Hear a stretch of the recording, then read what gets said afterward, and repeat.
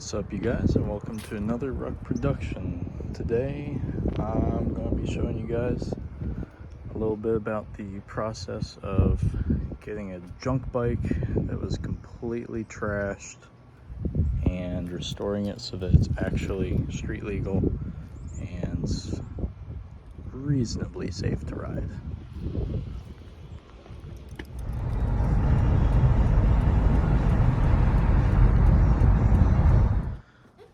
So I took the batteries that the motorcycle originally came with, and one of them was bad. The one that was good was leaking acid, so I bought a new one. I've taken all this stuff apart, and I'm going to hook up the battery and see if the engine turns over decently. All right, battery's hooked up. Let's check it out. Taillight's blinking. I have no idea what that's about. Okay then. How about this?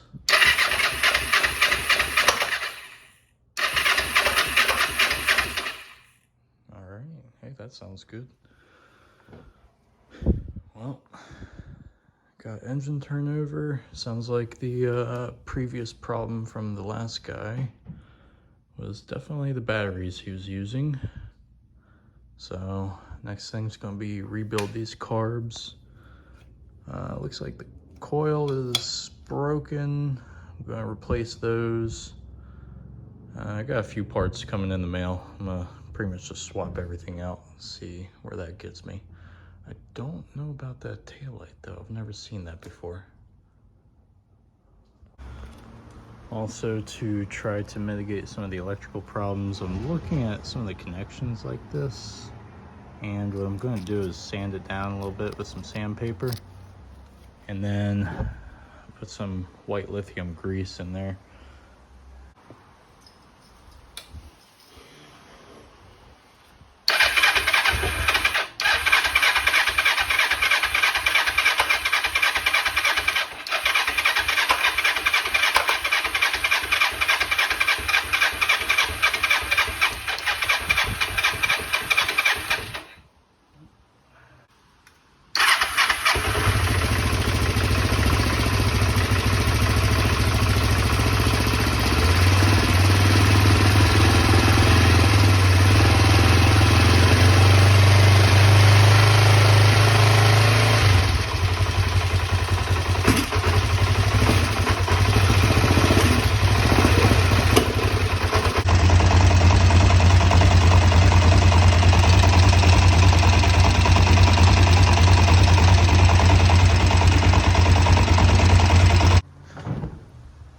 Since I got it to start running a little bit ago, it looks like the coil's probably not actually bad. It turns out you can actually screw the boot back onto the wire, but I already ordered new coils, so those are going to get replaced anyways. Looks like in here though, there's a fuse missing. Well, there's two missing right now, because I took one out to get a new one. But yeah, so missing fuse, that might help some of the electrical problems. And yeah, that's where we're at. Okay, well, I just pulled the spark plug out and this is what I'm getting. So gross. Maybe that's part of the problem that they were having. Cool.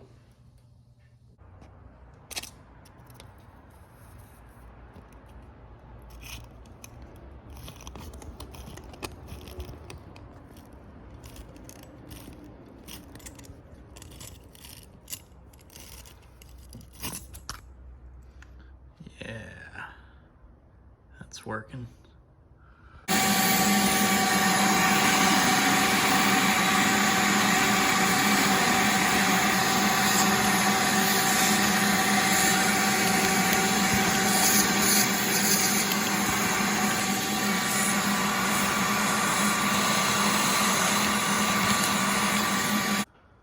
So far I've gone through and put grease into the electronics. I've replaced the bad fuses, or the missing fuses down there. I got some new O-rings into the carburetor, and it looks like that fixed the fuel leak.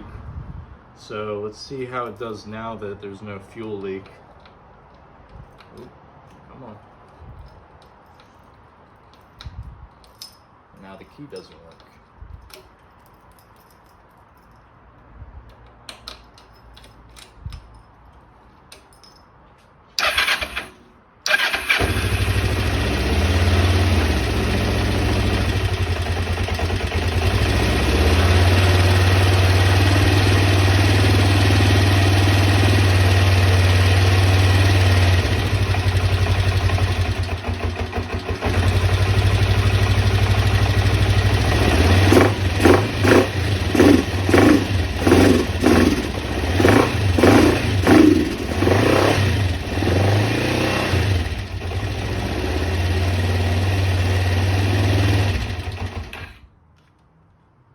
Getting there. So I went ahead and drained the radiator, took the cam cover off, and I'm going to check the valve clearances on this thing, because every time I've started it up, I don't know if it's actual engine noise or if it's the valves hitting the pistons. So I'm going to make sure the timing and the valve clearances are correct and kind of work my way out from there. But other than that, things are starting to look okay. Also, as a side note, that doesn't look like coolant that came out. So yeah. Yeah, so it turns out the valves were slightly out of spec. So these are getting readjusted. And then after that, I'm gonna check the timing as well, because the timing looks like it's either in spec or it's off by 1 tooth. I'm not sure, I gotta look it up, but we will see. I think it's really convenient that with this bike, there's no spacers. You just kind of twist a nut and bolt to adjust the valve clearance. It's very handy. All right, had to get a cheat stick here. It works.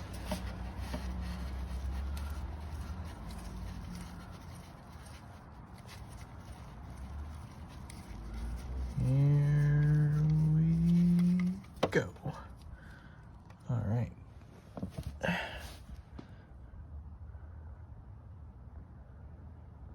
All right, so the oil's not as new as I thought that it was going to be, so I'm just going to get new oil and a new filter.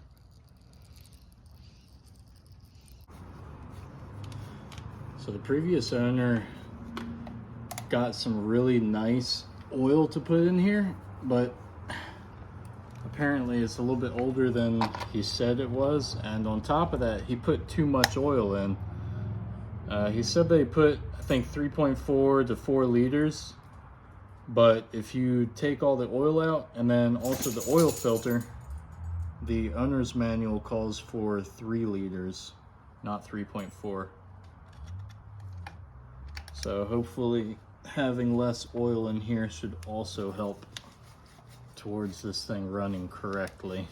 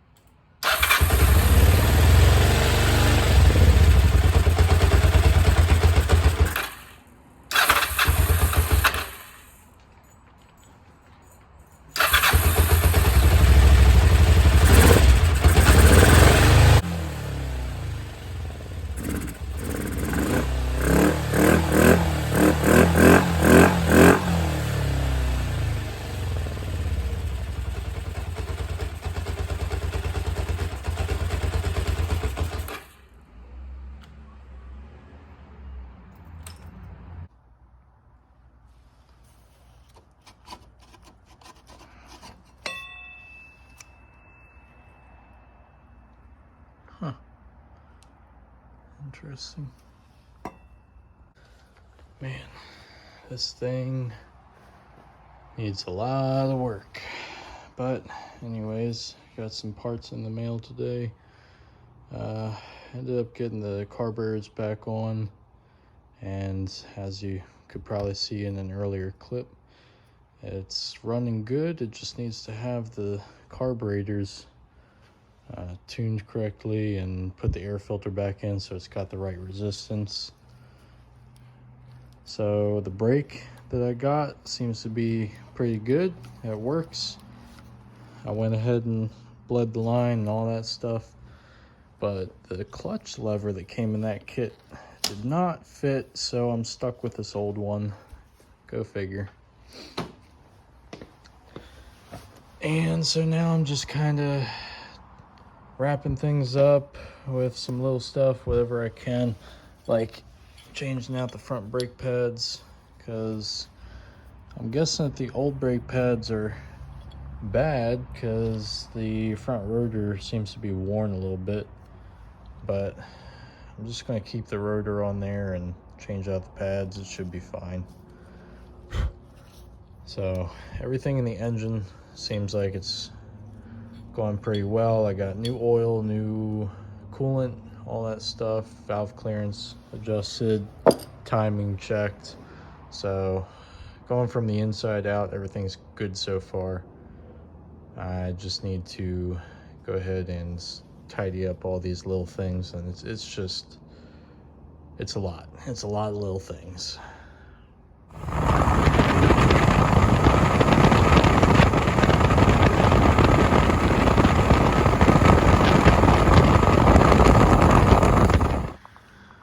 So what I'm doing now is the parts where you attach the headlight to the front fender are completely gone, so I'm just trying to manufacture with a plastic welder some stuff for the headlight to be mounted onto, and also getting this part back together down bottom there. So it's not ideal, but I'm trying. After that, I'm going to go ahead and paint it. Alright, now a little bit of this and a little bit of that.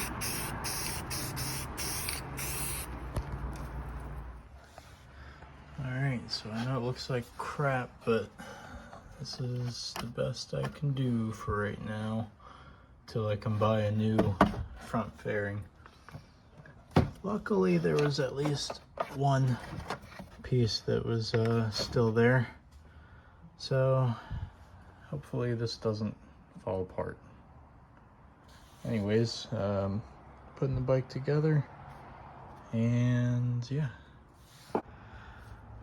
So I'm changing out the rear brake and the rear brake fluid, and boy am I glad I am, because that fluid is disgusting.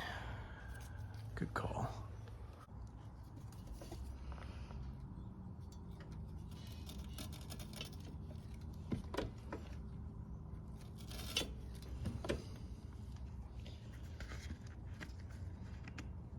This brake fluid looks like crap and it sounds like crap. I don't know what that crackling noise is, but I don't like it. There we go, that's much better. So this is what the bike looks like so far with the paint job. I know it's not great, but it's definitely a lot better than it was before. Riding around on it, I found that this left fork seal is actually leaking pretty bad, so what I'm going to do is take this little doohickey made out of a milk carton and try to clean out the seals. I don't think I can do this one-handed. Okay. So apparently the spark plugs that the previous owner had in there are the right ones for this bike, but only if it's being ridden in 40 degrees or below. When it's used in hot temperatures, like in California, apparently it can cause the engine to detonate.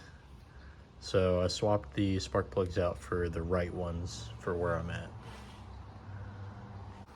Finally got my carburetor rebuild kit in the mail, and once I throw this thing in, it should be pretty much good to go. So I just gotta put this stuff together now.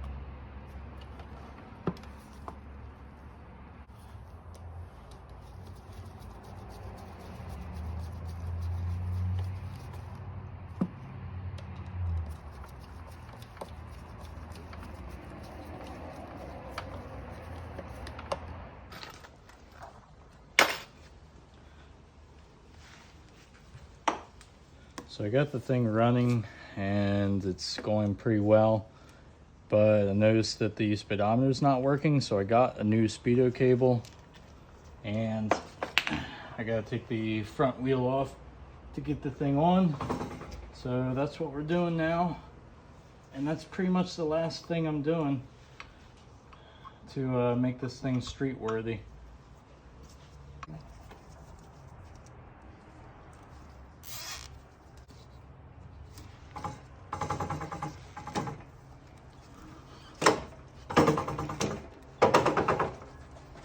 Alright,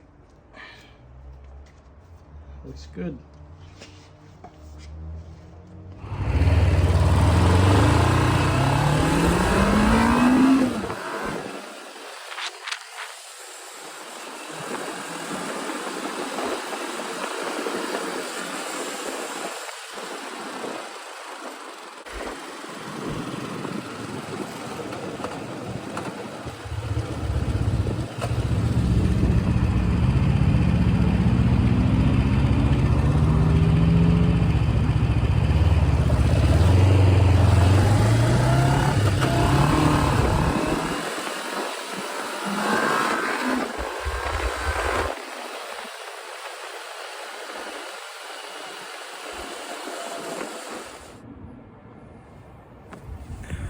Alright, so that's going to be the end of the video. I thought it was a pretty cool project working on this bike. Total cost from buying the bike, getting tags, title, insurance, all the parts, labor, I did all myself. Everything put together ended up being about $1,100 to get this bike running and in decent shape to be on the road. So I'll post a more accurate number up on here to give you guys exactly what I ended up paying for this. If you guys have ever repaired a junk bike like this, let me know how much it costed you in the comments, and I'll see you guys in the next video. Peace.